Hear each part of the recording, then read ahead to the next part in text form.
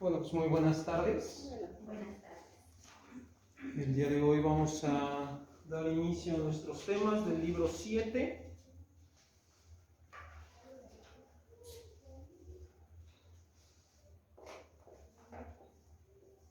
Libro 7, unidad 2.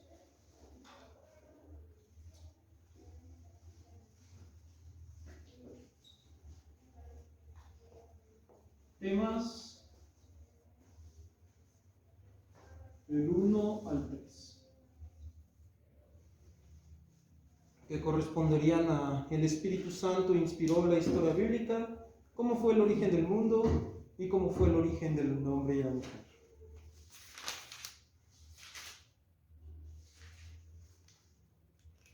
Muy bien, para que esta clase sea de provecho para nosotros, pidámosle al Espíritu Santo que haga intercesión para que nosotros podamos aprender de su palabra y en su palabra poder dar caridad y caritativamente esto que vamos a aprender el día de hoy a los demás. En nombre del Padre, del Hijo y del Espíritu Santo. Amén. Agradecidos con tu amor, Señor, te pedimos por cada uno de nosotros para que lo que aquí veamos sea solamente provecho, para darlo a conocer y darlo en servicio a nuestros hermanos, catecúmenos, vecinos, parientes, familiares. Todo esto te lo pedimos por Jesucristo nuestro Señor. Amén. Padre, Hijo y Espíritu Santo. De acuerdo.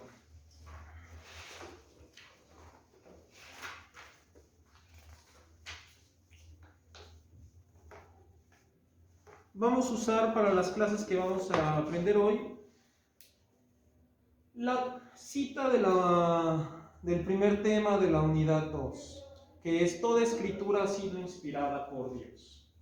Vamos a dejarlo aquí porque lo vamos a usar más adelante.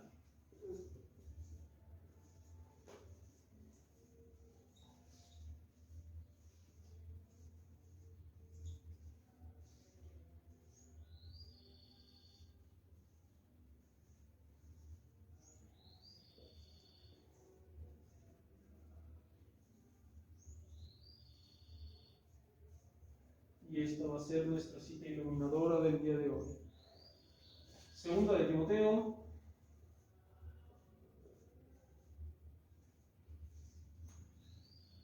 3:16. Qué bueno. Yo les dije en la clase introductoria o en alguna otra clase seguramente, yo soy muy fan de San Pablo. Entonces yo estoy utilizando a San Pablo constantemente a lo largo de las clases que doy. Justo pues acabo de terminar de grabar las clases que corresponderían a los otros libros.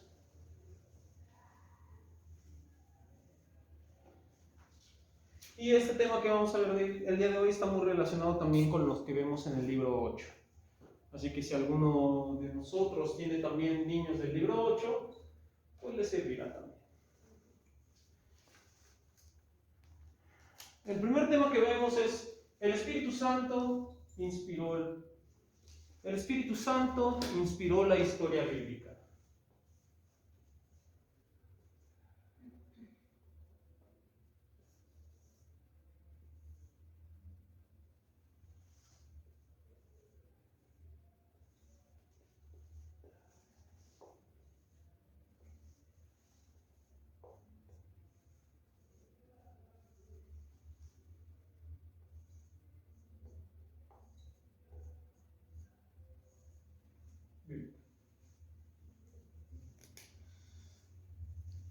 ¿A qué nos referimos con inspirar? Y aquí viene la primera pregunta. ¿El Espíritu Santo escribió con su propio puño y letra la Biblia? No. ¿Qué hizo?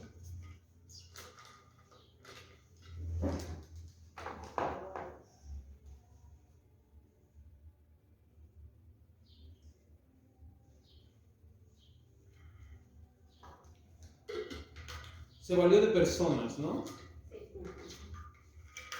Personas que estaban dentro de un contexto, pertenecían a una cultura, tenían una tradición y tenían una historia.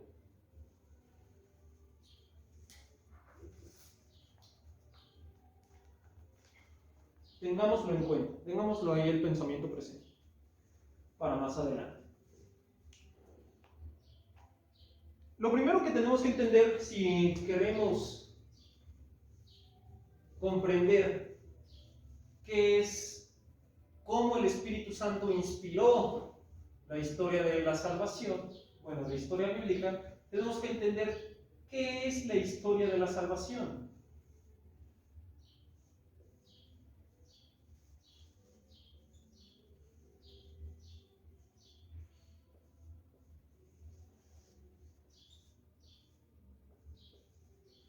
Pero primero que eso, maestra Flor, ¿qué es historia? ¿Qué es historia? Historia es el estudio de... es el estudio de nuestros antepasados. Estudio.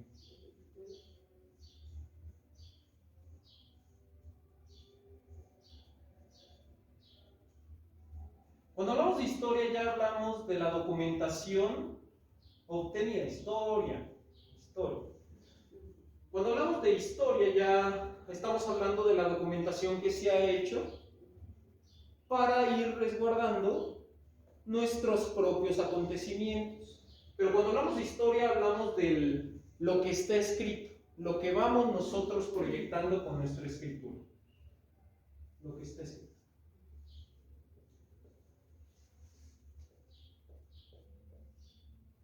Oiga, cuando tenía 5 años fui, me caí encima de la pileta y nadé y me tuvieron por perdida 3 días. ¿Eso es historia?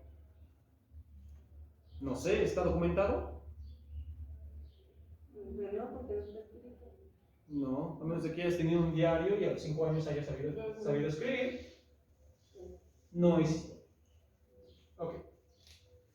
Habiendo aclarado esto, ¿qué es la historia de la salvación?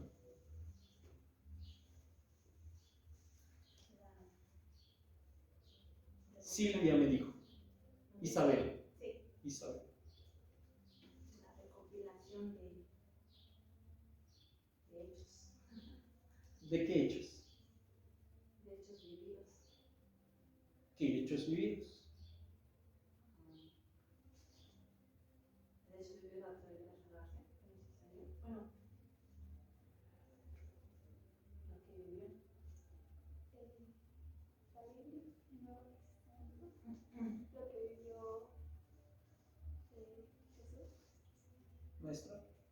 Sí, de hecho, yo siento que de hechos vividos que en su tiempo, en el tiempo de Jesús, vivieron ellos, fueron hechos vividos que se vivieron en su momento y se recopiló a través de las Sagradas Escrituras, son acontecimientos. La historia de la salvación son cómo ha ido Dios salvando a un pueblo. La historia de cómo Dios se hace presente en el pueblo. ¿Se acuerdan que yo les dije que yo solamente les iba a pedir que se aprendieran de memoria un término en la clase introductoria? ¿Cuál era ese término?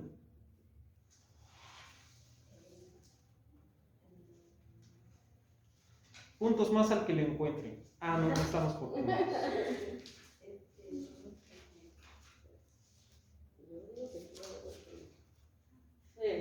Es una adhesión personal del hombre entero a Dios que se revela, Hasta ahí. comprende.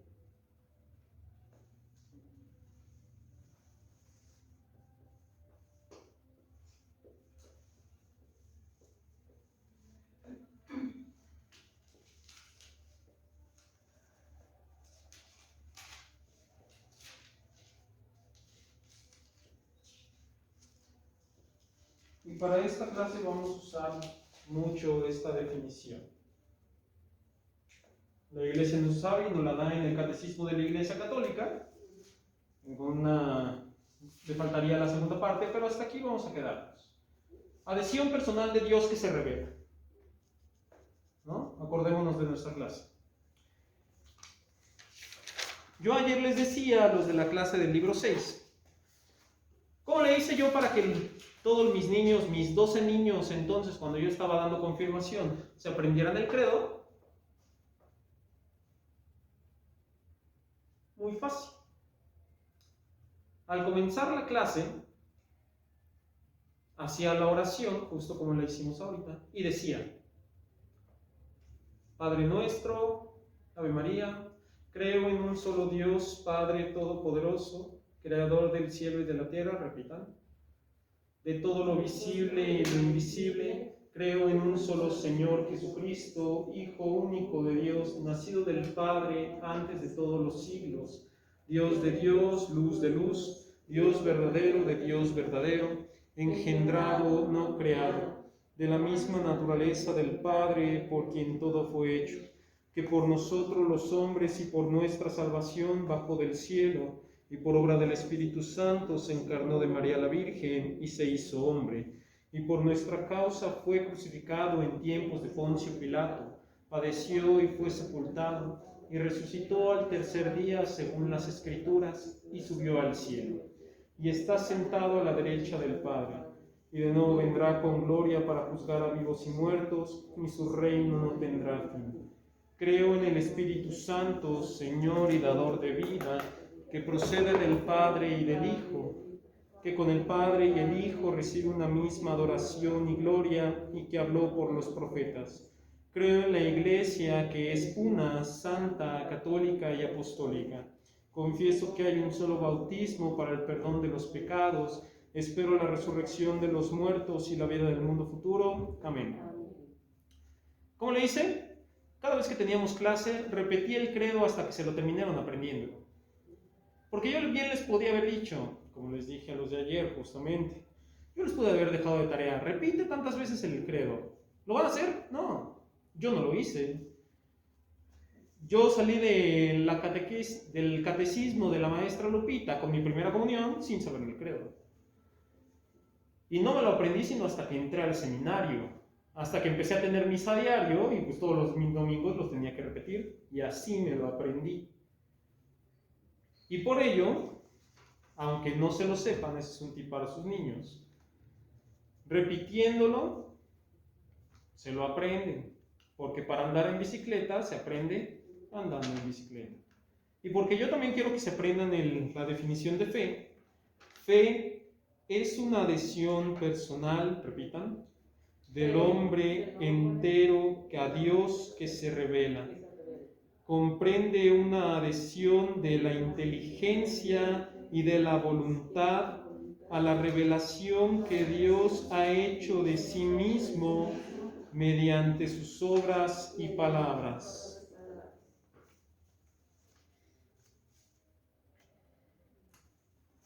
Ahora que ya cerrando el paréntesis pedagógico, continuemos. A Dios que se revela. Me importa mucho esta definición, precisamente la tomamos, fue inspiracional incluso, para darnos también referendo acerca de la propia de historia de la salvación. Buenas tardes. Si gusta puede agarrar una que está por allá, como usted se sienta más cómoda.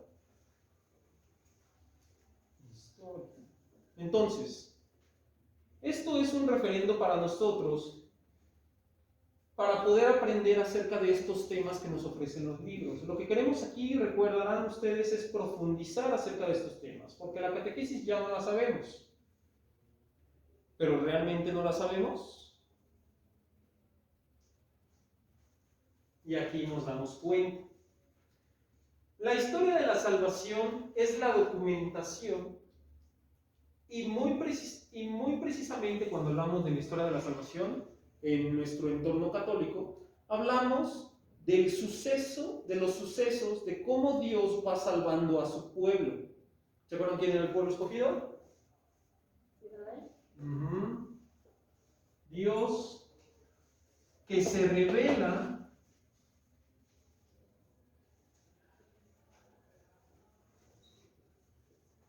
en medio de un pueblo.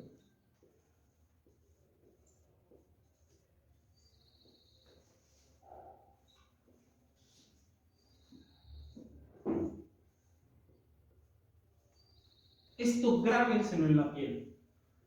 Nos va a servir incluso para los temas posteriores. El segundo tema es el más extenso que vamos a tener. De esta clase me refiero. Ahora, la historia de la salvación es lo mismo que la historia de Dios entre nosotros. En cómo va salvando a su pueblo en medio del tiempo. ¿No? Puede acercarse, no necesita estar hasta allá, puede mover la mesa. Entonces, ¿qué nos dice el Catecismo de la Iglesia Católica acerca de esto? Catecismo de la Iglesia Católica. Les dejo los números también para que ustedes lo estudien, 105 en adelante. Yo aquí ya lo tengo resumido, pero igual si le dan una checada no les va a pasar nada. Dios, escúchanlo bien, Dios es el autor de la Sagrada Escritura.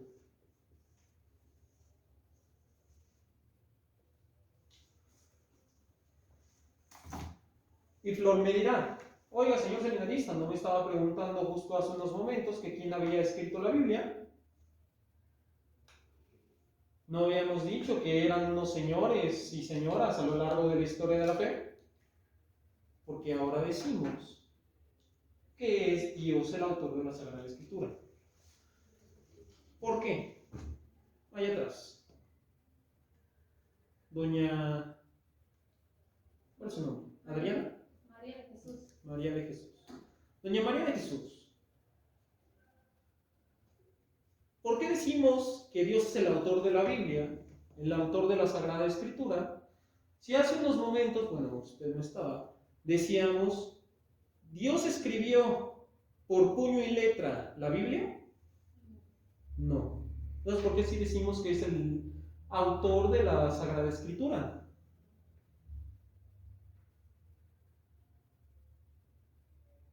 Guadalupe.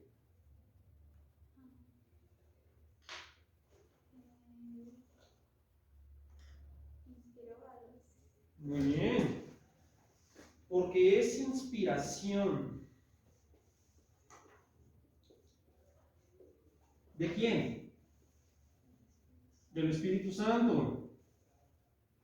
Porque es por inspiración del Espíritu Santo. Es decir, creemos que es mismo Dios quien está, es Dios mismo, a través del Espíritu Santo quien está escribiendo la Sagrada Escritura. Sin embargo, sabemos que no es como tal que Dios se haya bajado y haya puesto con su pluma. Ojo, ¿qué significa inspiración? ¿Significa dictado?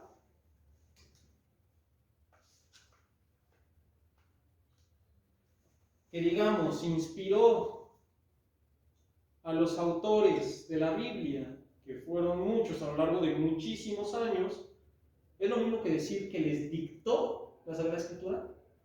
Lo que está aquí en nuestros santos libros son lo que exactamente Dios quería decir.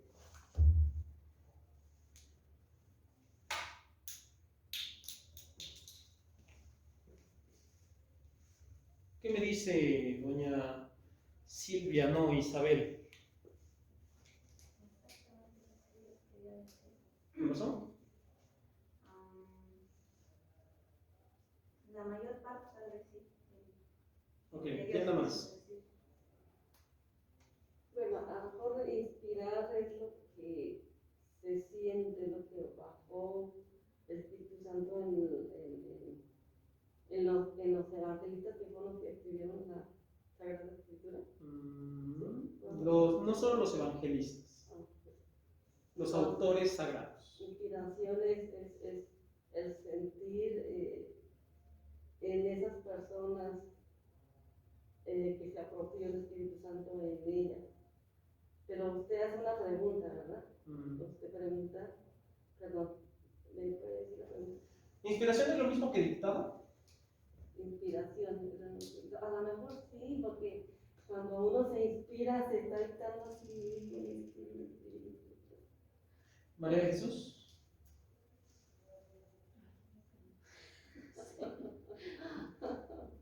¿Que no o que no sabe? Porque aquí nadie sabemos, ni yo. Diego, ya lo estamos demostrando, ¿no? Guadalupe. Cuando alguien escribe una carta y dice, ya te inspiraste.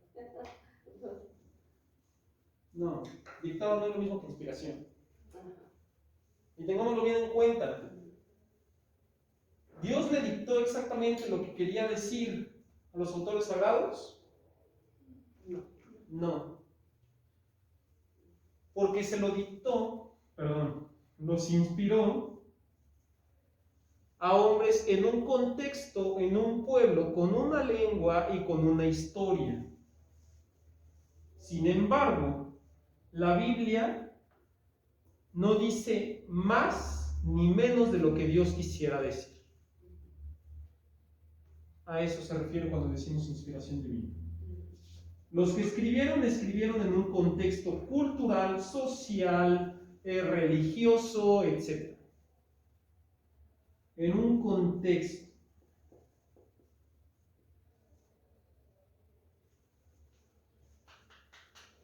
Tengámoslo en cuenta también. ¿Por qué? En el 106 nos dice esto mismo, del Catecismo de la Iglesia Católica. Dios inspira a los autores humanos de los libros sagrados. Luego, ¿qué nos dice en el 107? Los libros inspirados enseñan la verdad.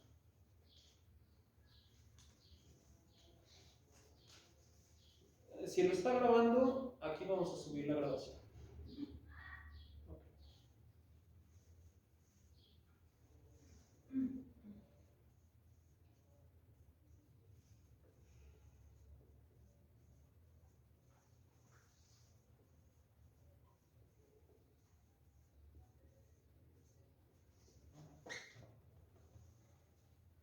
La verdad. El Catecismo de la Iglesia Católica no lo pone con mayúsculas, pero yo lo voy a poner para entender que enseña a Cristo, para darle un doble significado. ¿De acuerdo? Entonces lo vamos a poner en una esquinita por acá, porque nos va a servir también al rato. 107.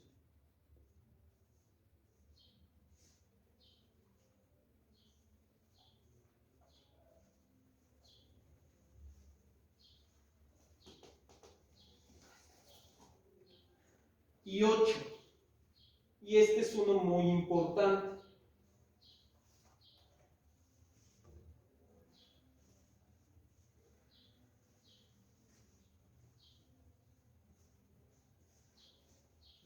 Creo que a partir de ahora vamos a hacer las clases aquí en el salón porque es mucho más cómodo trabajar con un pizarrón grande. Y una chiquita.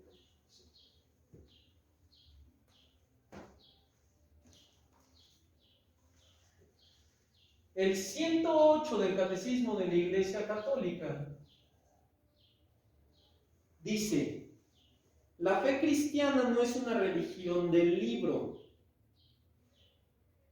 El cristianismo es la religión de la palabra, de la palabra de Dios.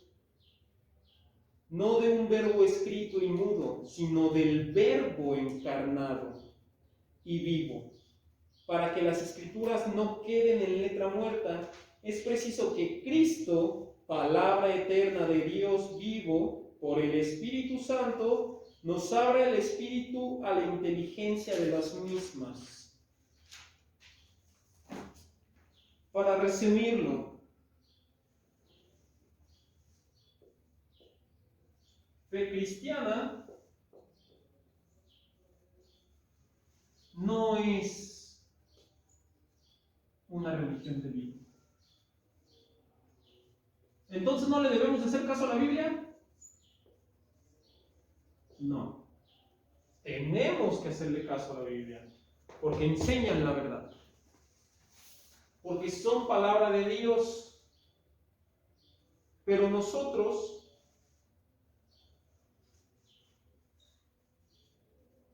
no creemos que el libro es Dios. Una vez un señor me habló una amiga para preguntarme acerca de la Biblia, ¿no? Que de hecho no me preguntaba ella, me preguntaba una persona con la que estaba él. Y me dijo, es que la Biblia se interpreta sola, ¿no?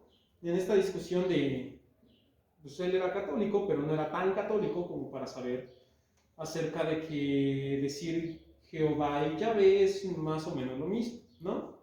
Entonces había agarrado una Biblia cualquiera que no sabía de qué lado era, y puso a agarrar una Biblia cristiana protestante donde decía Yahvé, donde decía Jehová, en lugar de decir Yahvé.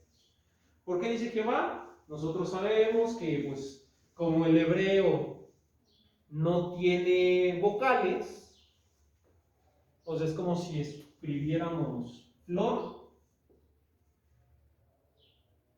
así. No, pero como uno ya conoce la palabra, pues ya sabe que aquí va una O, pero no la pone.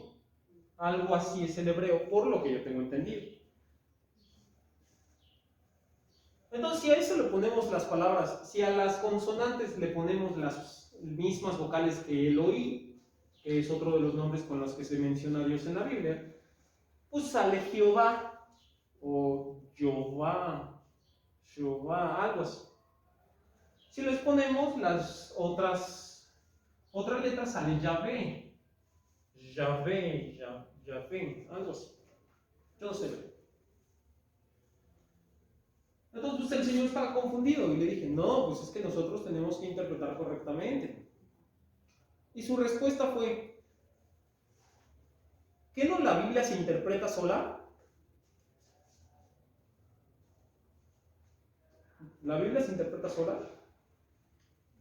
¿Por qué no?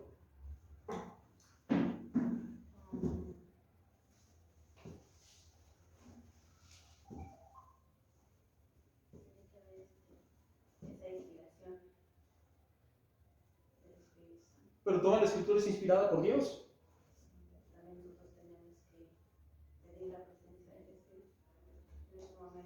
Sí, pero no solo.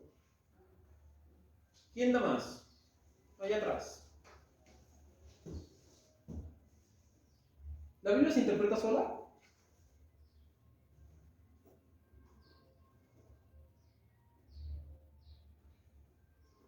Me interesa que participes, porque así puedes tú también mejorar tu conocimiento. Y lo que queremos es que así podamos dar un mejor servicio a los niños, mejorando nuestro conocimiento. Acuérdate de la clase presencial. A mayor conocimiento, mayor es la fe.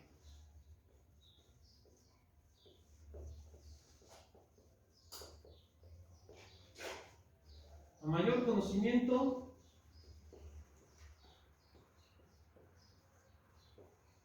mayor es la fe. Aquí estamos aprendiendo. Si no te lo sabes, no importa, pero me interesa que participes.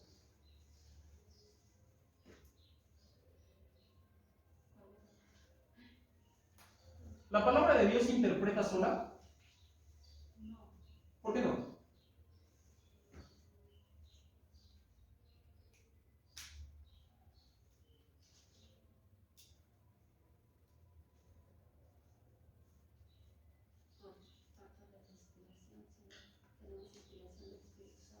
Ok. Doña Marlene, ¿podemos decir que la palabra de Dios se puede interpretar sola?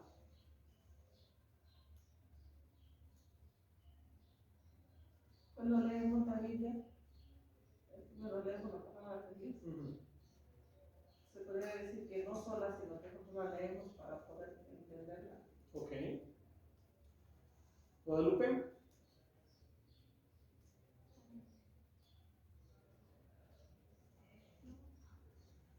¿Por qué no?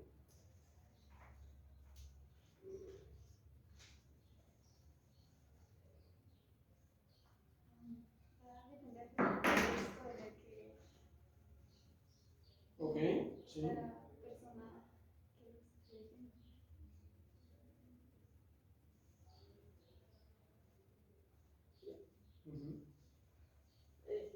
la Biblia no se interpreta sola, sino los que la estudian Ujú. son los que interpretan el estudio de la Biblia, la palabra de Dios. Ujú.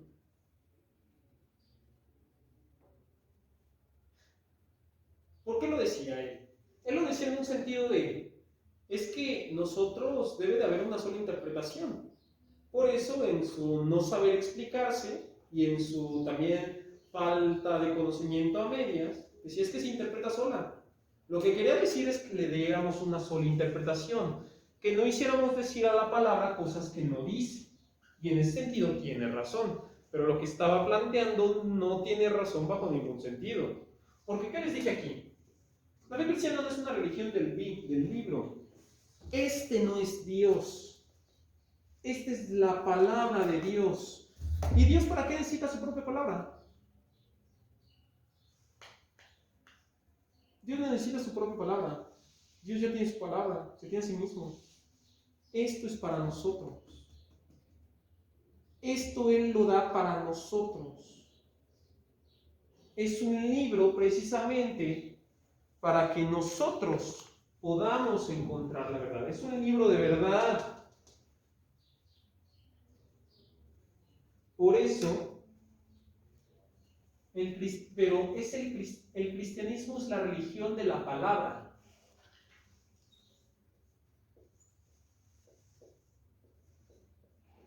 ¿Quién es la palabra? ¿La Biblia? No. ¿Las escrituras? Sí. Bueno, no lo estoy dando bien. Mm. Cuando decimos la palabra, que yo les dije, en el catecismo no viene con V grande, con V mayúscula. Pero yo se la ponía, ¿por qué?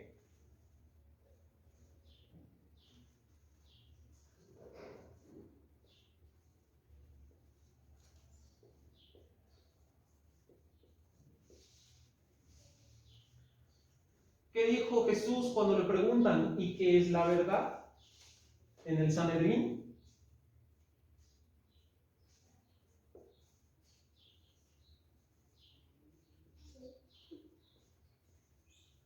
¿Se acuerdan? Viernes Santo.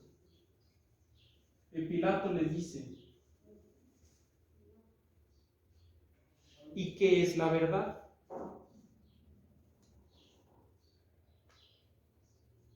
¿Se acuerdan? ¿Y qué había contestado versículos antes, capítulos antes, Jesús? ¿Yo soy qué? Yo soy el camino, la verdad y la vida.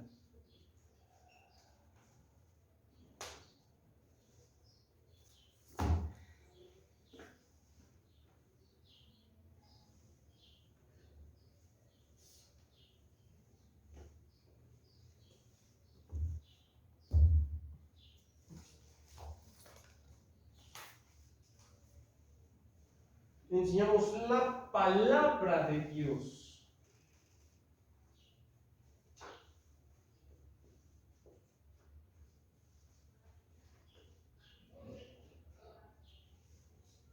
No de un verbo escrito,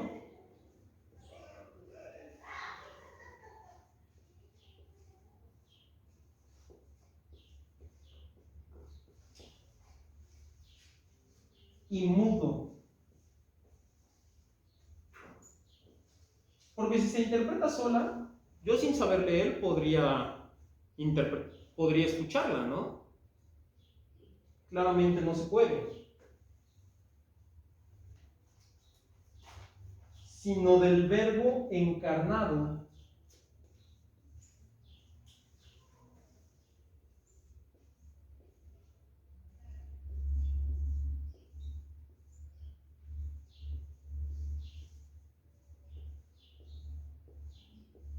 Y vivo.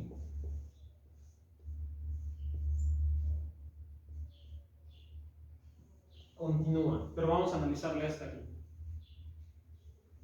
No es solamente un verbo escrito. ¿A qué le llamamos el verbo de Dios? ¿A quién le llamamos el verbo de Dios? ¿A la palabra? ¿A quién?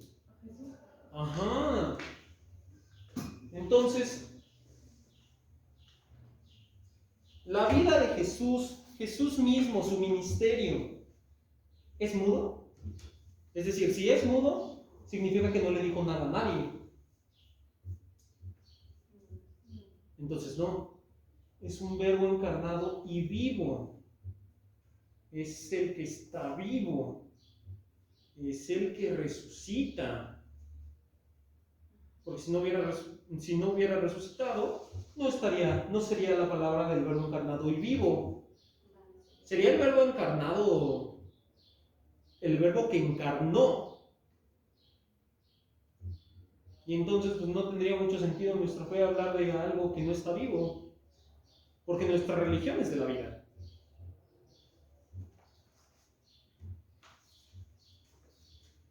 El cristianismo, y hablando de todos los cristianismos, no solamente el católico, ortodoxos, luteranos, pentecostales, etc., todo cristianismo debe de ser una religión para la vida, del que está vivo. No solo el católico, todo cristiano, todo el que se diga seguidor de Cristo, está viviendo la religión de la vida. Por tanto,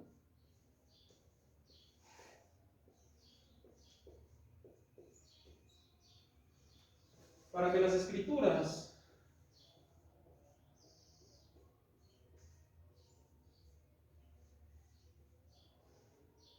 no queden en letra muerta,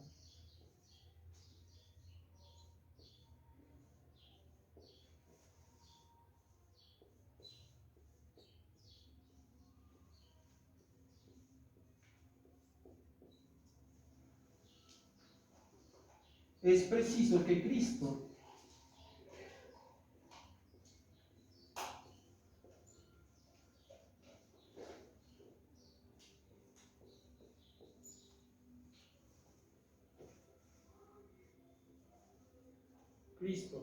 palabra eterna del Padre,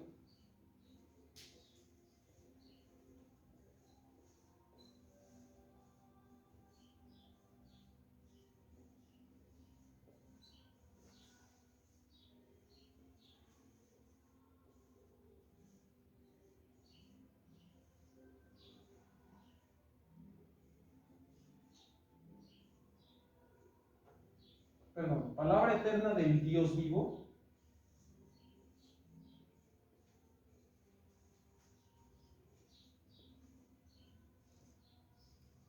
por el Espíritu Santo,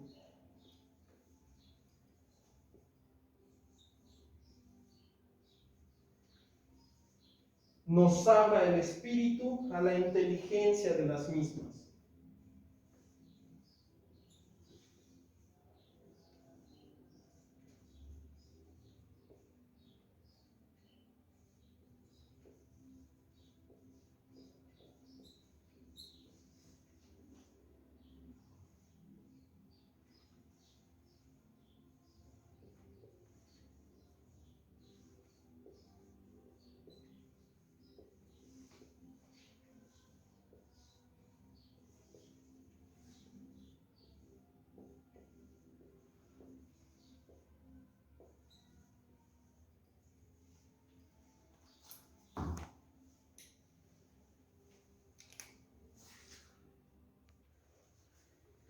No es preciso que lo anoten porque viene en el catecismo de la Iglesia Católica, el cual lo pueden checar fácilmente desde sus celulares.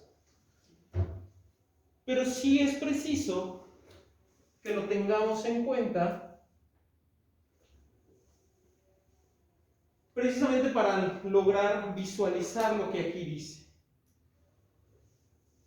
Para que no queden en letra muerta, es preciso que Cristo, palabra eterna del Dios vivo, por medio del Espíritu Santo, nos abra el Espíritu a la inteligencia de las mismas. ¿Qué significa abrirnos el Espíritu a la inteligencia? ¿Qué significa inteligir? ¿Inteligir? Elegir. No. Inteligir es conocer, aprender. Bueno, aprender no tanto, es... Inteligir es... Sí, aprender.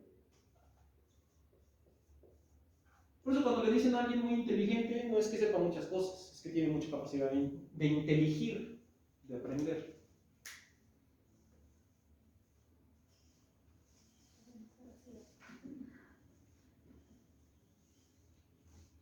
Entonces, que nos abra el espíritu al entendimiento de las mismas, al aprendimiento de las mismas. Este es el punto central de nuestra clase. Por eso podemos decir que el Espíritu Santo inspiró el mismo libro, que sigue siendo un libro de verdad, y de la verdad con mayúscula, de la verdad y de verdad y de la verdad.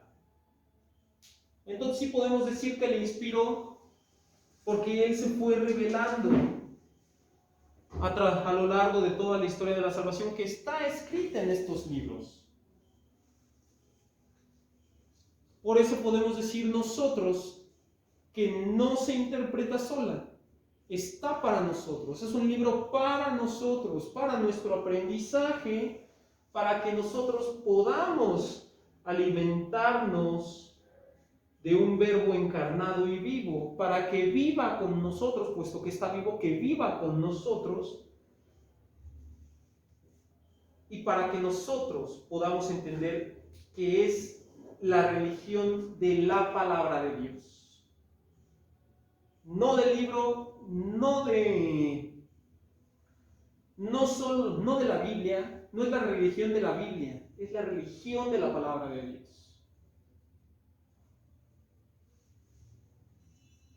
¿Dudas hasta aquí? Listo.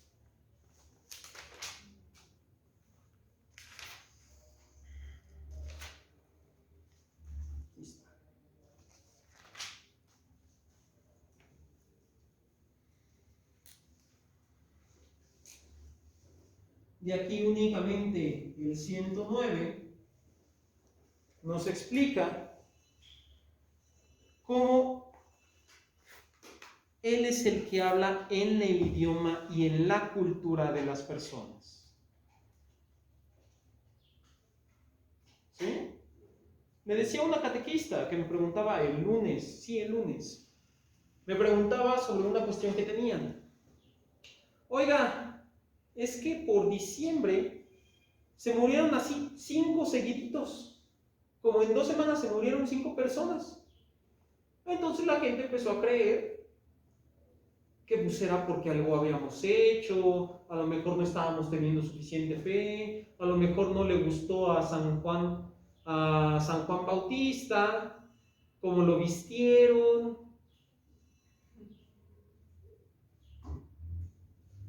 Y pues, como pasa comúnmente en las mayordomías, a veces te ponen y no te dicen nada. Entonces, generalmente esa gente que no se acerca tanto a la iglesia, ¿no?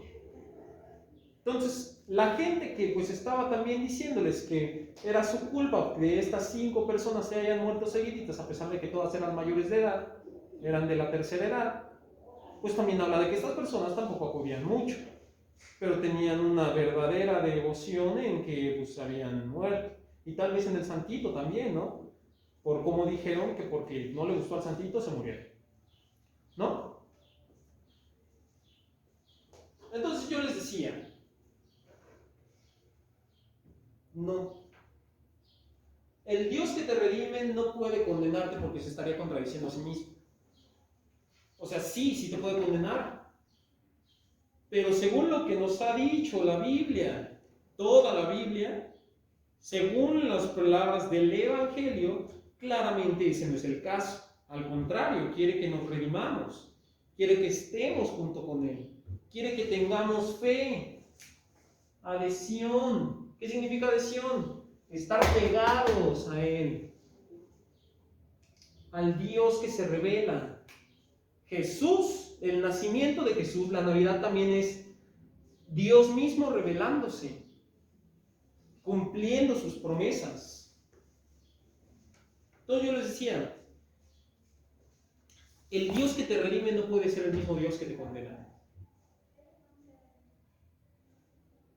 Primero, bueno, obviamente a los catequistas, pero a los mayordomos les dije, ¿pero por qué? Me preguntaron, ¿por qué dicen eso? La respuesta obvia es, por ignorancia. Pero pues ellos ya quedaron más tranquilos, ¿no? Y ya le dije a la catequista, mira, tú que eres catequista, bueno, que ahorita no está en servicio, por eso no está aquí. Tú que eres catequista, yo te puedo decir, el Dios que te salva no puede ser el mismo Dios que te condena, porque se estaría contradiciendo. Porque entonces estaríamos hablando de que no nos ama completamente, sino que nos ama sobre algunas cosas, y claramente eso es algo contrario. Esa interpretación sí sería contraria a lo que nos está enseñando la Escritura, ¿no? Entonces, yo le decía, en ningún lado de la Biblia vas a encontrar que Dios es un Dios de condenas, excepto en los Salmos. Cuando dice el Salmo no sé qué, el Dios que humilla y enaltece. Oye, eso no es lo mismo que contradecirse, porque humilla y enaltece. ¿Por qué?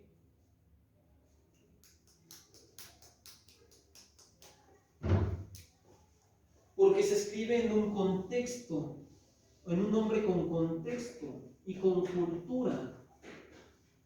Contexto geográfico, social, histórico, etcétera, ¿no? ¿Cuándo se escribió eso? ¿Quién los escribió o a quién se les atribuyen para tal caso? Los salmos, la mayoría de ellos. Al rey David. ¿Se acuerdan de la historia de Saúl, el primer rey de Israel, y luego lo sucedió David? ¿Y qué estaba pasando en ese entonces en Israel? Estaban peleando con los filisteos, ¿no? Estaban en guerra contra los filisteos. Y bajo ese contexto fue escrito este salmo, Dios que humillas y enalteces. Porque oye, en un pueblo altamente religioso como era el pueblo de Israel, pues cuando ganas se lo retribuyes a Dios. Pero si pierdes viene la pregunta, ¿por qué perdí? Si el Dios Todopoderoso está conmigo.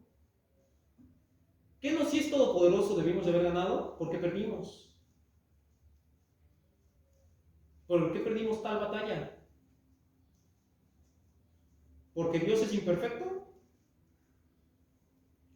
¿O porque nosotros fuimos,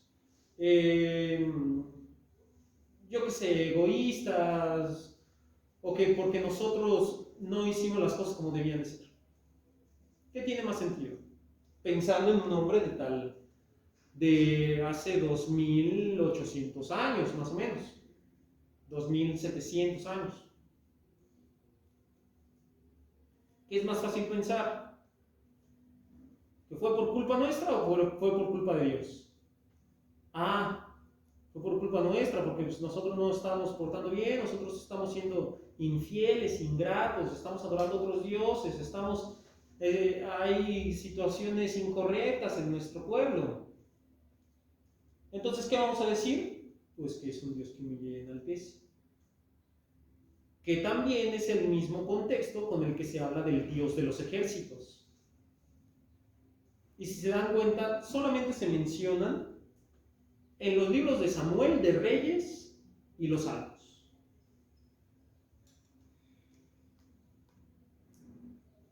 Porque Jesús nunca menciona al Dios de los ejércitos, menciona al Dios de sus padres. ¿Se dan cuenta? Por eso, porque hay un contexto. Y por último vamos a repasar el documento del Vaticano II, el Dei Verbum, para este primer tema. El Dei Verbum nos dice, en el número 11, que el Antiguo Testamento es santo y canónico, escribiendo todo y solo lo que Él quiso. ¿Se acuerdan que lo comentábamos al principio? Decía el número 12, interpretarla con el mismo espíritu con que se escribió. que era lo que quería llegar a esta persona que me preguntó por teléfono, porque la Biblia se interpretaba sola. Lo que él quería decir es que se interprete con el mismo espíritu con que se escribió. Pero entonces lo dice la Dei Verbum, ya la dice la Iglesia, en documentos del Vaticano II, que es un documento importante que rige la historia de cómo estamos viviendo la Iglesia hoy. Entonces, que esto nos sirva para entender cómo el Espíritu Santo es inspiración de la historia bíblica. Y ahora vamos con el siguiente tema, que es un poco más, que es más extenso, me parece.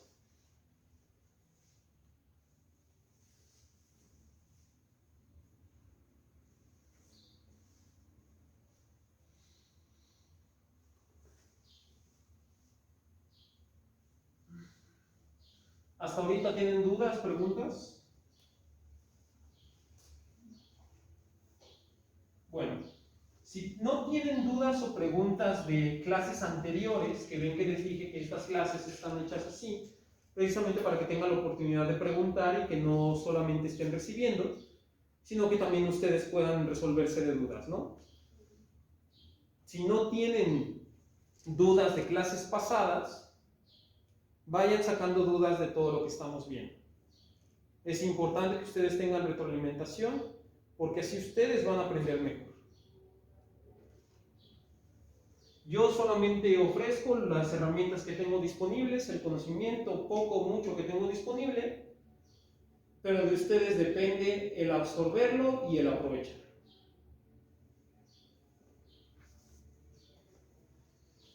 El siguiente tema es: ¿cómo fue el origen del mundo?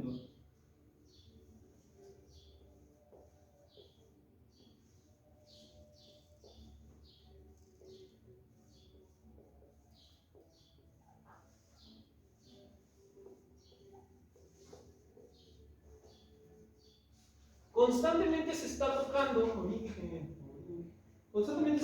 este tema, precisamente porque no solo aquí, sino en todos lados, la catequista, y hablo en femenino porque la mayoría que he conocido en toda mi vida son mujeres,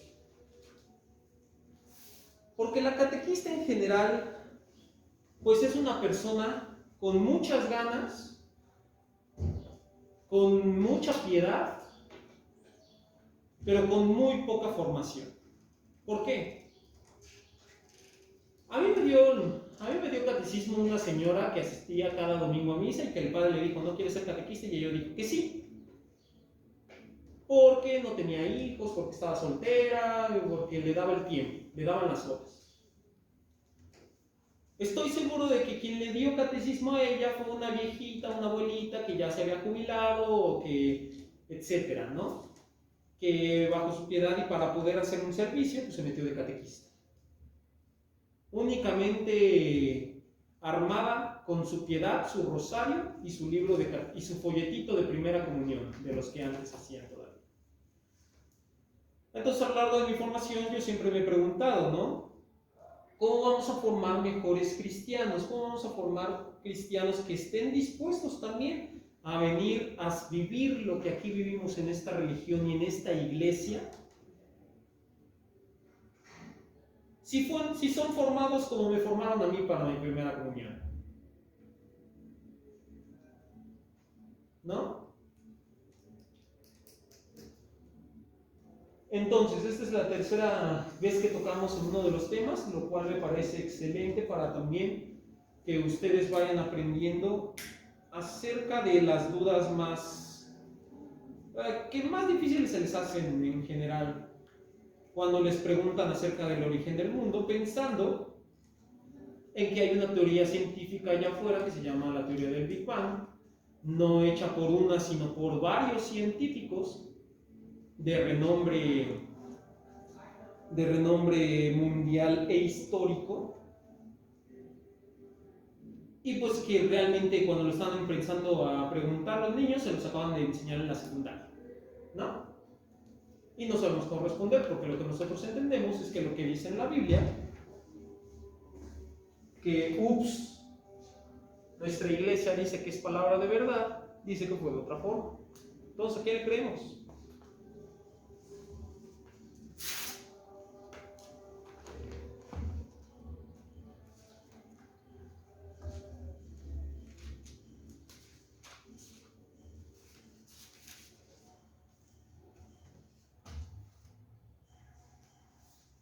Entonces vamos a valernos por eso de que la misma Biblia nos lo explique. En la en la Biblia de Jerusalén, versión latinoamericana, en el prólogo. Los 5 primeros libros de la Biblia reciben entre los judíos el nombre genérico de ley, Torá. En los ambientes de la lengua griega se les llama Pentateuco. El griego Pentateucos, 5 volúmenes o libros. Los nombres con los que conocemos actualmente cada uno de estos 5 libros están tomados de la versión griega. Génesis u origen del mundo, Éxodo o salida de Egipto, Levítico o ley de sacerdotes de la tribu de Leví, Números o censo del pueblo, Deuteronomio o segunda ley. Los estudios sobre estos libros han puesto de relieve la variedad de estilos, las repeticiones y el desorden de los relatos que impiden ver en el Pentateuco una obra de un único autor. ¿Se acuerdan que dijimos que era historia?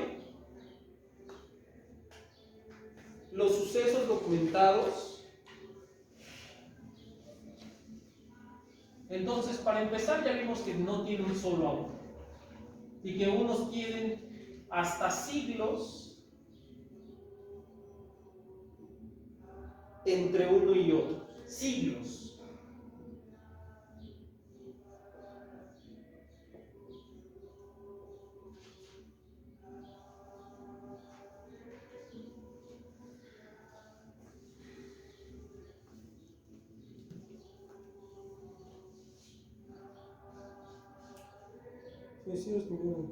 Son varias las teorías que se han propuesto para explicar estas divergencias. Teorías que se pueden leer en introducciones más amplias o a la Biblia o en textos especializados.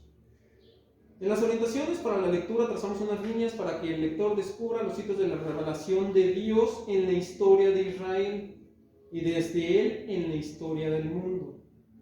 Estas relaciones de Dios con los hombres son el fundamento de la religión judía. Son fundamento.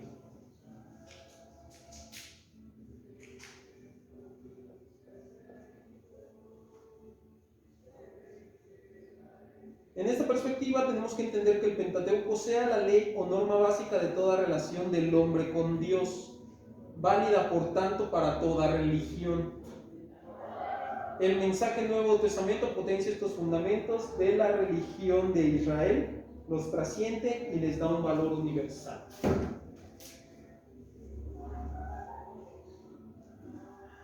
Entonces, el Génesis se escribió más o menos, si no mal recuerdo, en la época del destierro a Babilonia. ¿Cuándo fue esto?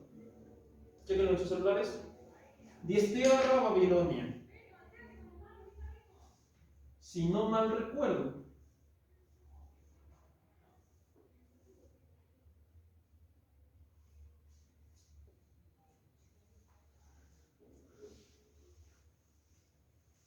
No queda claro.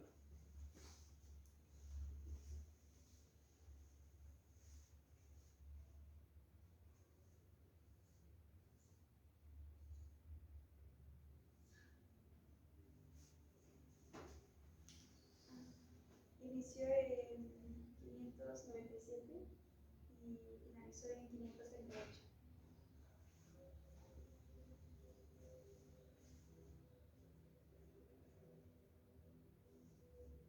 No estaba tan mal. ¿Y terminó? 568.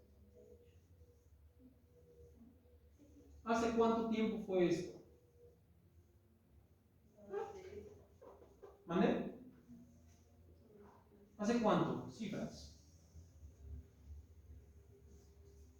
¿Hace cuántos años?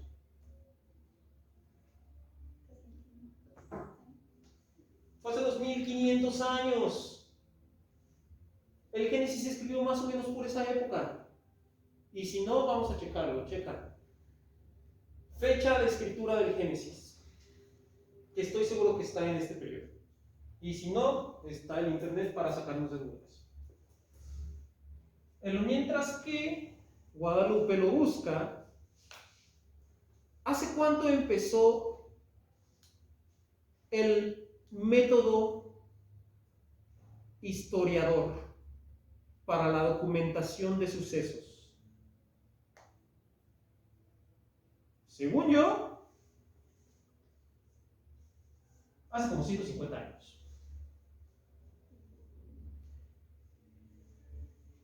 No hace 150 años empiezan a documentar cosas.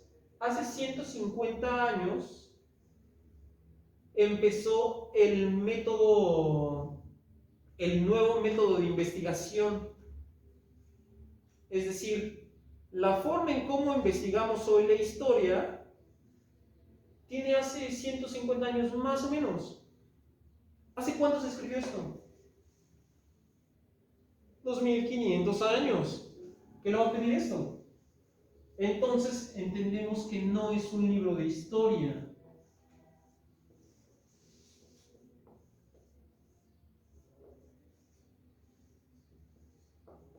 La Biblia no es un libro de historia. La misma Biblia lo dice. Y eso que estoy hablando de la versión que tiene la Virgencita en la portada.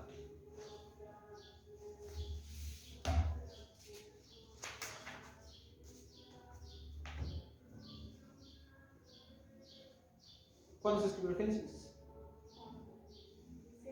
En los años 1491 y 1450 a.C. ¿Me equivoqué? Por mucho. 1451. A 1491 y 1450.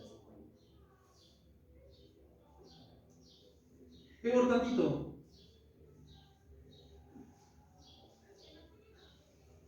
Hace 3500 años. Entonces, resultado número 1, el Génesis no es un libro de historia. Resultado número 2,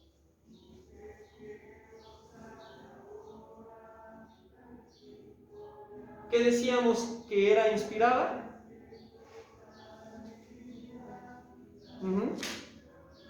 Hablamos que son libros de inspiración divina, ¿no? Entonces significa que son libros teológicos. Son libros que nos relatan la verdad de un pueblo. Son relatos teológicos.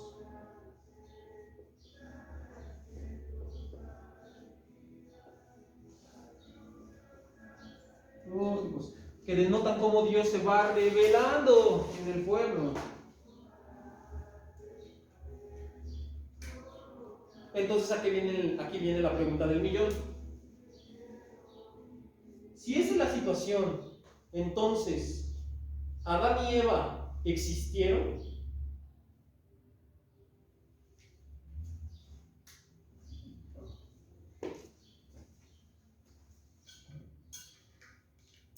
Doña Marlene, ¿sí? Pues, como nos dice que, como usted nos acaba de decir, la Biblia no es un libro histórico, es un libro de inspiración divina, de relatos. Entonces, ¿Adán y Eva existieron? ¿Sí o no?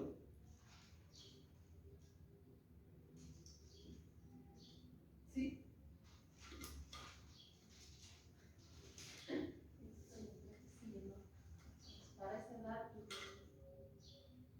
¿Usted dice que sí? Sí. Doña Isabel.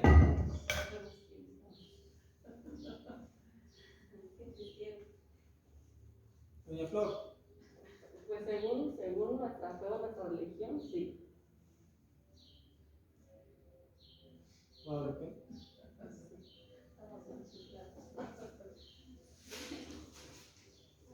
Sí, no está segura. No, yo digo que para poder decirle a un niño. ¿Sí?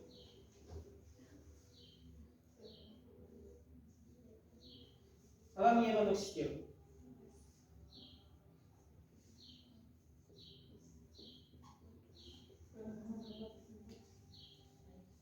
¿Pero qué no dijimos que era un libro de verdad? Señor seminarista, entonces, ¿cómo? Y Eva. Lo pensé muy rápido y no lo escribí. Pero el señor seminarista, ¿cómo entonces nos dice que la Biblia es un libro de verdad?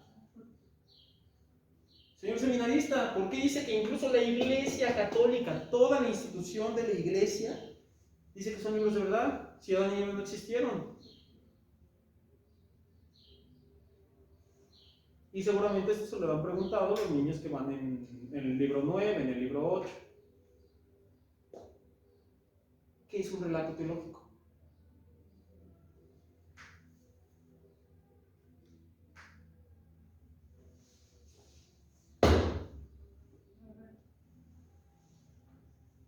¿Qué dijimos en la clase, en el tema pasado? Que es un libro de revelación, ¿no? ¿Y qué acabamos de decir? ¿Es un libro de historia? El rigor científico lleva como 150 años en el ámbito de la historia, según tengo yo, y seguramente estoy muy equivocado, estuve muy equivocado acá, pero nos da una cifra muy certera.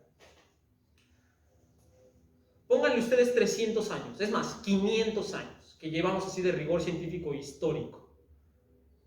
¿Cuánto tiene el Génesis?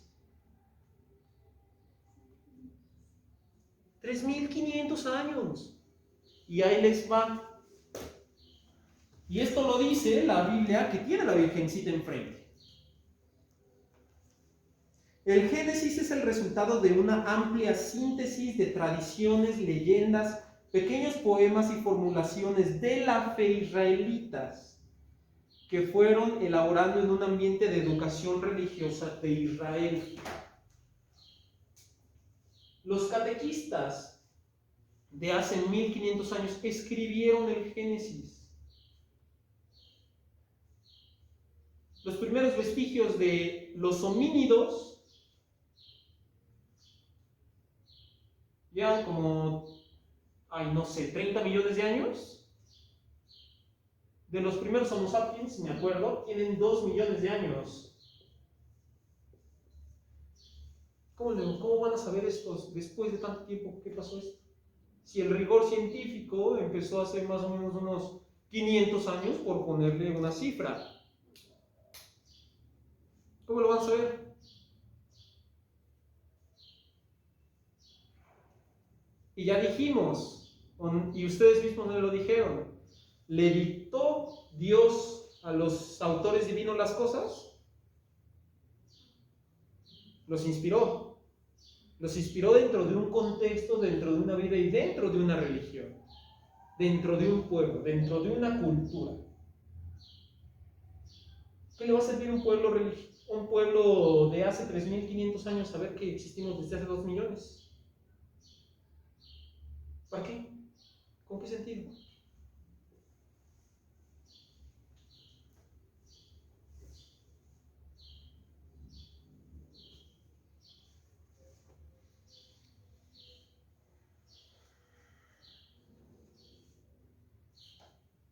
Lo que sí tiene sentido es lo que incluso nos dice aquí.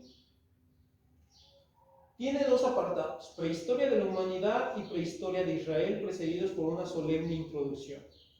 Las líneas maestras del Génesis son: Dios es el creador del universo, está cercano al hombre, rige la historia y ha elegido a unas personas para formar a su pueblo. La elección se marca en bendiciones y promesas. Eso es lo importante de ver el Génesis. Entonces, señor seminarista, ¿el Génesis es un libro falso? No, ¿qué dijimos aquí? Señor seminarista, ¿entonces la Iglesia Católica está equivocada? No. Un relato teológico es un relato de verdad. De verdad.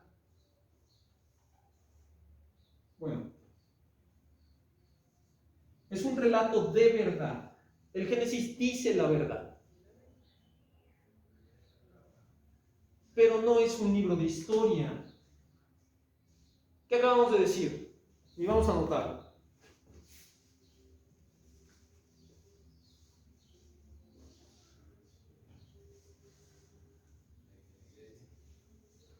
Esto ya no nos sirve.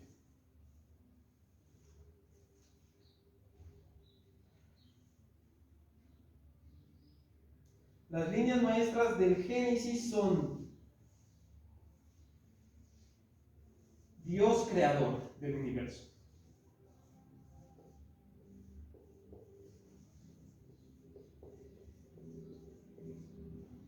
Dios creador del universo. Cercano al hombre.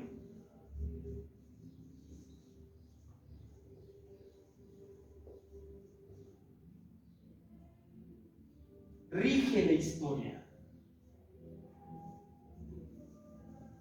¿Qué significa que rige la historia? ¿Qué significa?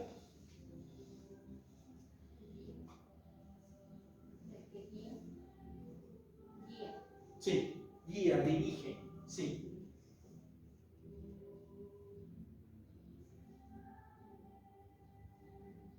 Ha elegido a personas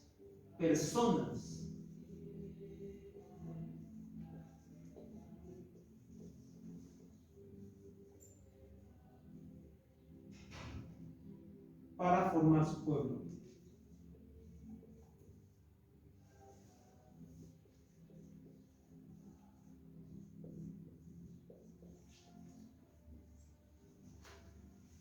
Esto es lo importante del Génesis.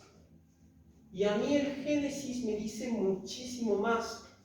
Me importa muy poco que Adán y Eva no hayan existido. Porque lo que hicieron los catequistas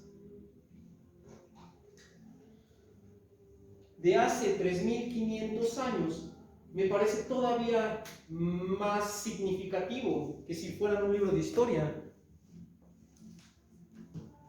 Chéquense.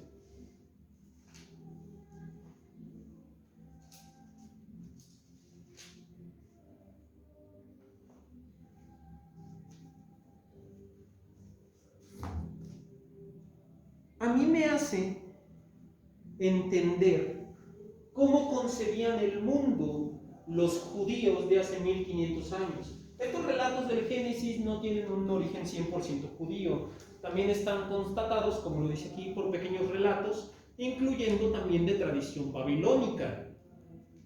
Es decir, no solamente es obra poética del judío, sino también es obra de varias culturas, entre intercambios, que se fueron acoplando hasta quedar en registro escrito.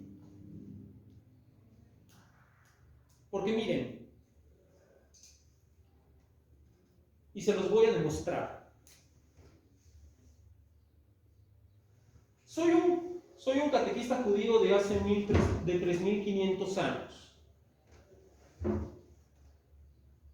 Mi tarea es enseñarle a los niños, adultos, en la sinagoga, bueno, no existían las sinagogas en ese entonces, en el lugar de culto, donde sea, en la tienda, en donde sea que se hayan reunido. ¿Por qué tienen que alabar a Dios? ¿Hace cuánto fue la salida de Egipto? Busca, por favor.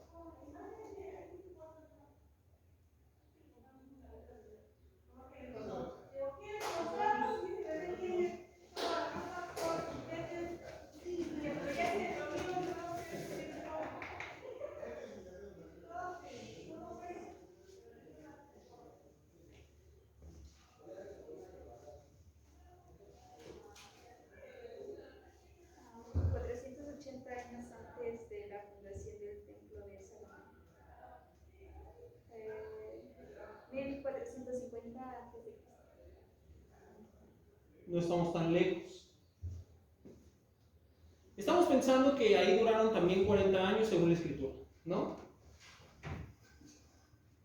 Sin embargo, yo puedo ver al catequista, las nuevas generaciones están naciendo y estamos viviendo en pobreza, o sea, estamos viviendo en el desierto o saliendo del desierto.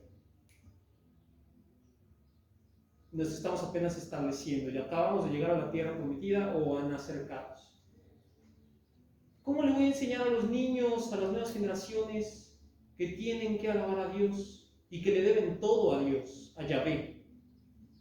que cargamos sus arcas precisamente porque Él se hizo presente ahí. Entonces no estoy tan perdido en la historia de Israel. ¿Cómo les voy a enseñar que Dios fue el creador del universo?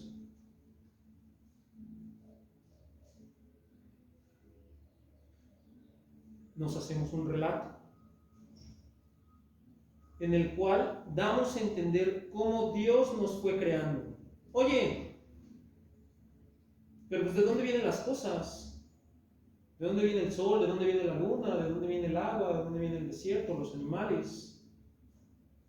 Pues si Dios es creador del universo, Dios creó esas cosas. Pero oye, las cosas ya tienen nombre. ¿Cómo? Pues porque Dios nos puso a que le pusiéramos nombre. Oye, ¿por qué Dios es cercano a nosotros? ¿Por qué nos tiene aquí? ¿Por qué quiere salvarnos? Entonces entendimos que Dios es cercano al hombre. Pero oye, ¿por qué estamos en el desierto? ¿No estábamos mejor en las cebollas de Egipto? ¿Cómo me explicas que entonces lo que estás viviendo aquí tiene un propósito? Porque rige la historia. ¿Y por qué nosotros? Porque se ha querido hacer en este pueblo, por nuestro antepasado Abraham, que probablemente a él sí haya tenido más registro oral de él.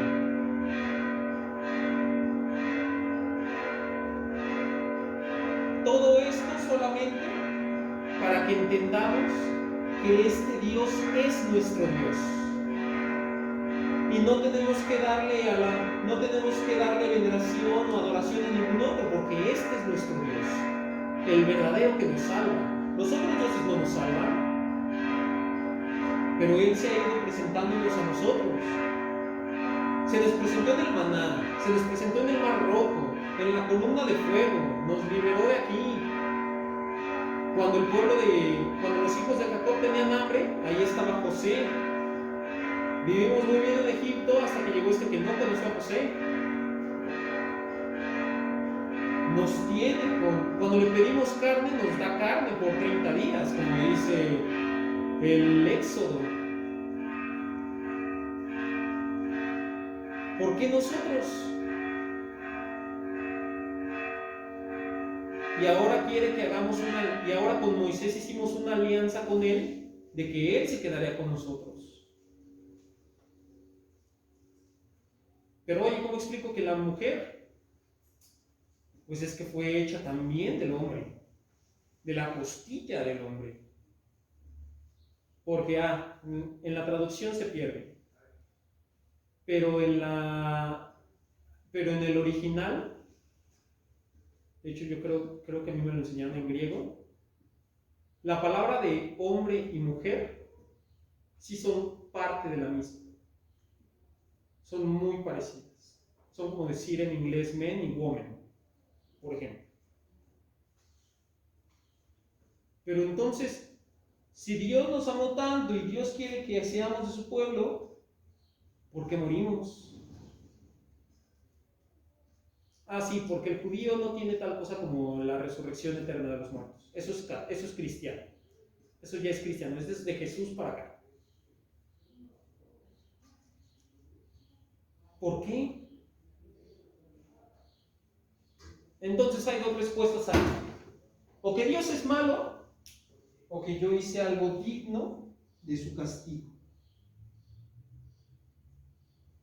Pero yo era inocente y yo como agarré la malicia. Alguien más me la debió de haber enseñado. ¿Y por qué la serpiente?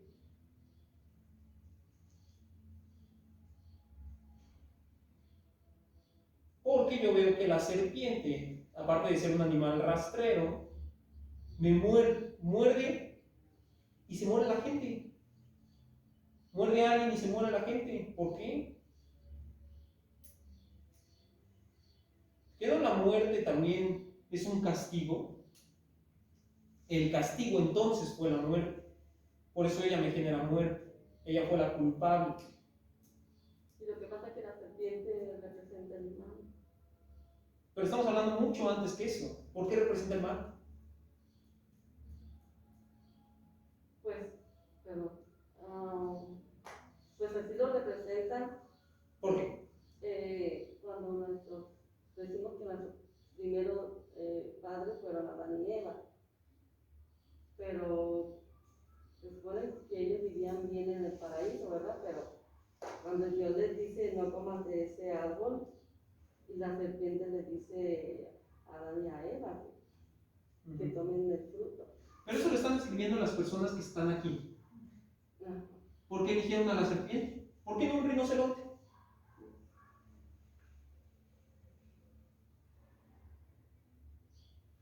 ¿Por qué vamos a hacer de la serpiente la representación del mal? O es más, ¿por qué en mi cultura la serpiente es la representación del mal? Porque me muerde y me mata. Yo no puedo vivir con una serpiente, porque o se muere ella o me muero yo. ¿No tiene sentido? Vamos a traspolarlo en un contexto más propio. Para el mexica, para el náhuatl, la serpiente es un animal sagrado. ¿Por qué? Porque representaba un Dios, bueno, en ese entonces.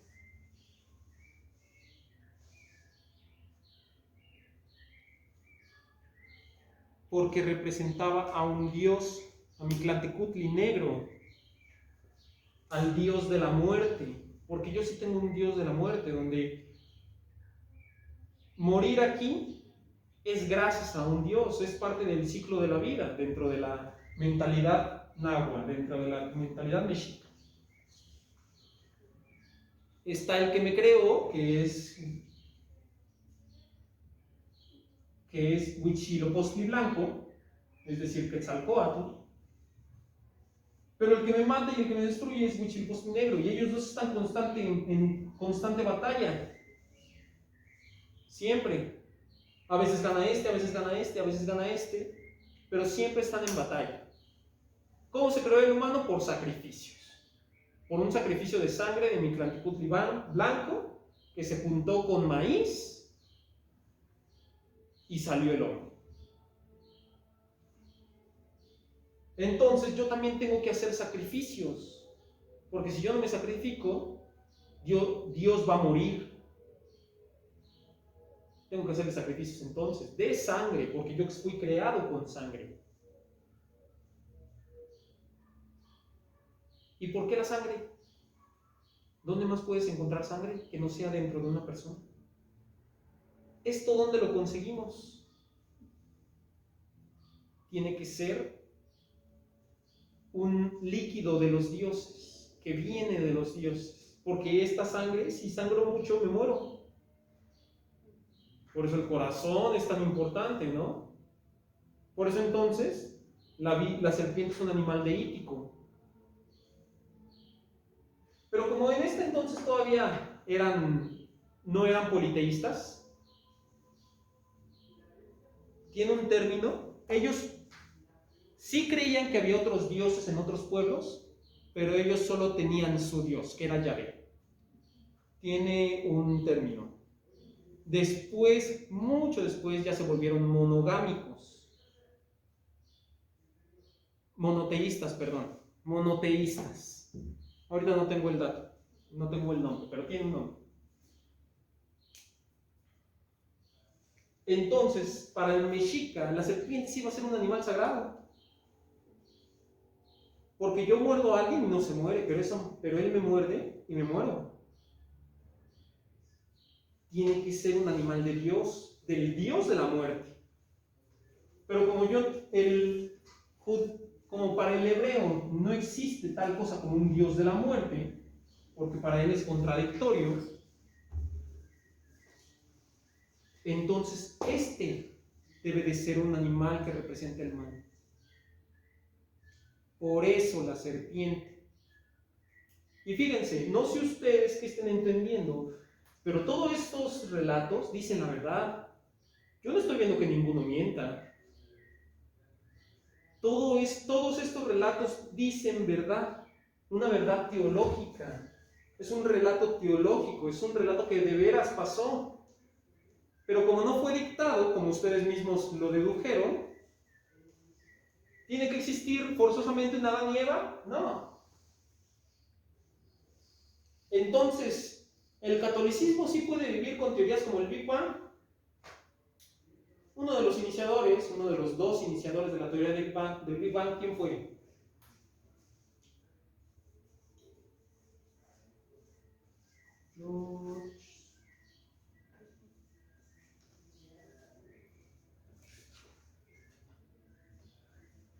George Lemaitre, es francés, no sé pronunciar su nombre. Que también era sacerdote católico, por cierto, formado en la escuela de jesuitas. Entonces, cada vez que sus niños les digan, es que la teoría del Big Bang, ¿quién la hizo? ¿Por qué un sacerdote católico haría una teoría científica que contradijera lo que dice la Biblia? ¿O no sabían eso?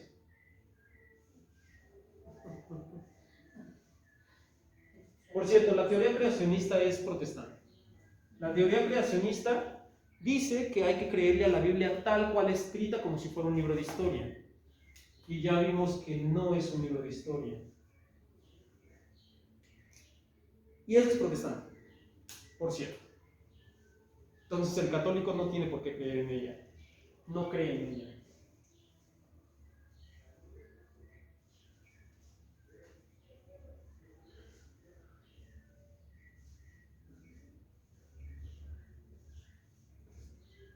Entonces, los relatos de la Biblia, hablando del Génesis, que en nuestro tema que nos incumbe hoy,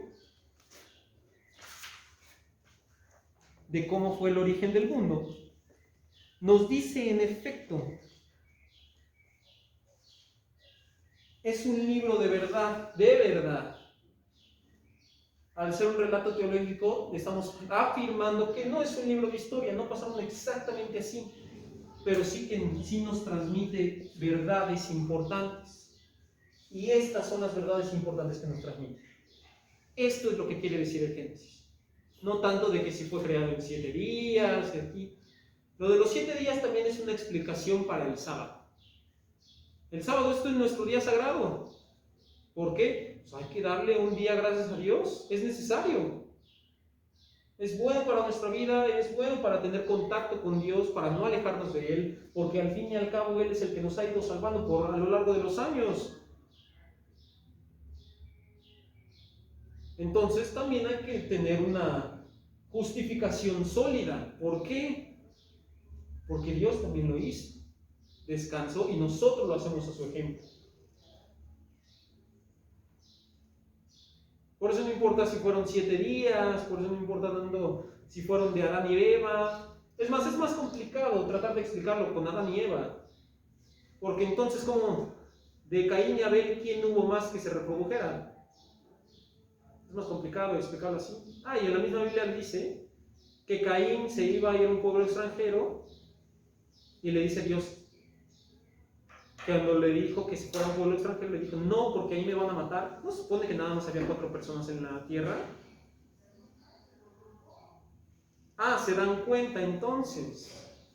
Relato teológico. Entonces, Caín y Abel existieron, probablemente no. Lo que cuenta con Caín y Abel es otro conflicto de Israel entre los agricultores y los ganaderos. Es un constante conflicto. Los ganaderos viven en la montaña, los agricultores en los valles. Aquí no hay tanta pastura, tienen que bajar a los valles, se comen el trabajo del agricultor. Entonces pues le reclama a oye, ¿por qué dejas que tus animales? Yo me voy a morir de hambre. Si no alimento a mis animales, yo me voy a morir de hambre. ¿Cuáles eran los oficios de Caín y Abel?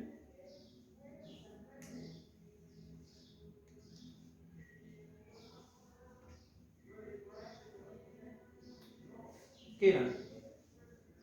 Isabel.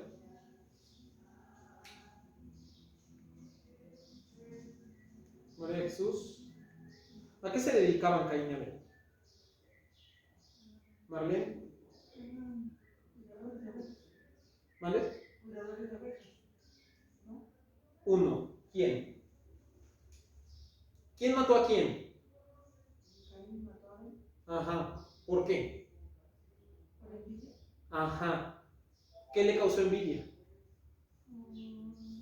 Que lo querían más. Su papá tenía preferencia. Dios lo quería más. ¿Por qué? Por ser humilde, más. Además. Porque su ofrenda fue... ¿Qué? Más o menos. ¿Por qué, maestra Flor? Bueno, aquí Caín mata a Abel. ¿Por qué? A lo mejor Caín se sentía menos por su papá. Le tenían más preferencia por Abel. Entonces, Porque Abel tenía ganado y le gustó más la ofrenda a Dios porque él ofreció carne.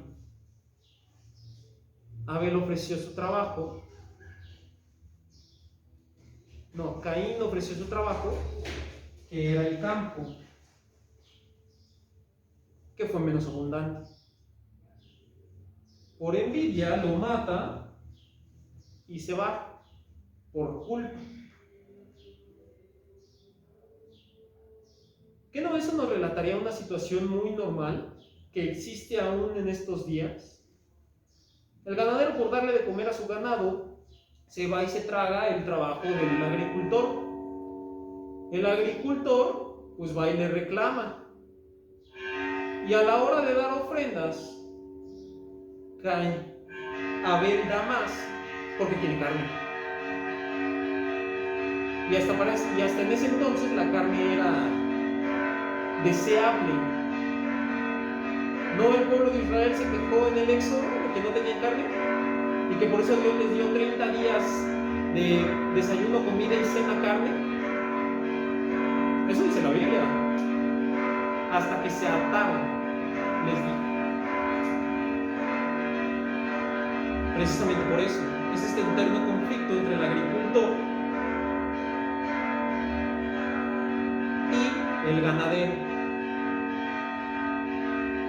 que al final le está diciendo al pueblo de Israel: pero ustedes son un mismo pueblo, no tienen que matarse. Matar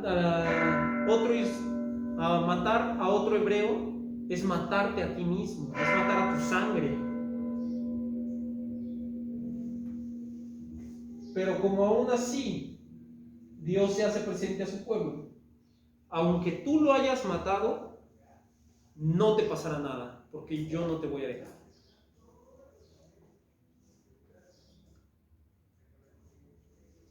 Y eso para mí es más significativo 1000 veces que tratar de justificar si Dios hizo la tierra en 7 días.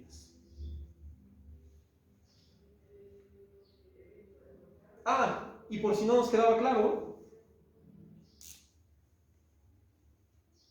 justamente, voy a borrar.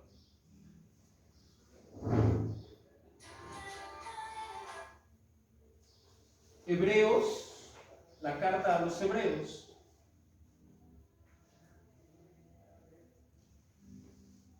nos dice que el mundo fue formado por la palabra de Dios.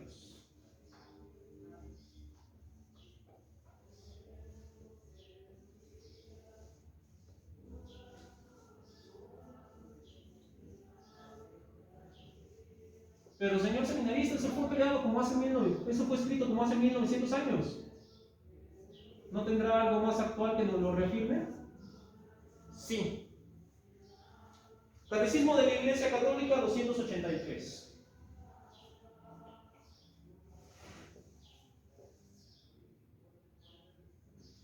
La investigación científica, este es el resumen obviamente.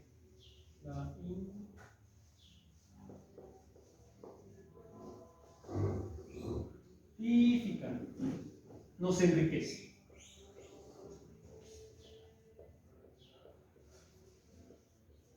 Ah, y por cierto, la ciencia también es un don del Espíritu Santo, así que aguas. Y nos lo dice la misma iglesia que nos dice que la Biblia es palabra de verdad. O sea que no es cualquier cosa. Pero el Génesis es la narración de cómo Cristo se nos revela en medio de un pueblo. ¿Sí?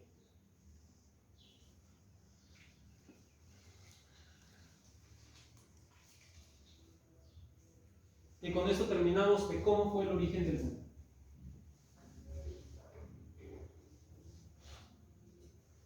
Por último nos toca cómo fue el origen del hombre de la mujer.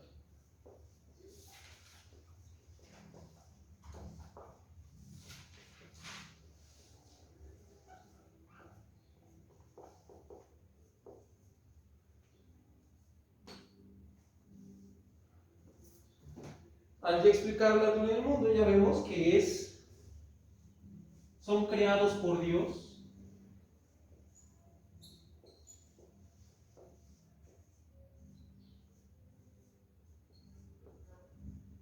Porque nosotros creemos que Dios se pudo haber valido del medio que Él quiso para hacernos a nosotros.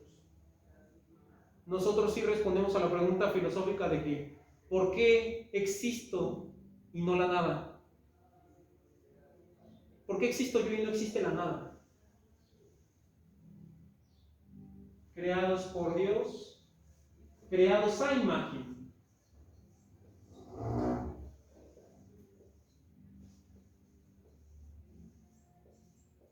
Creados a imagen significa que es creados con dignidad.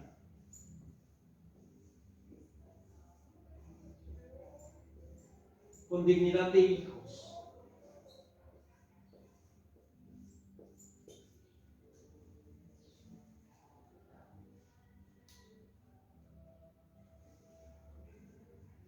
Y también son creados como expresión de la primera comunión humana.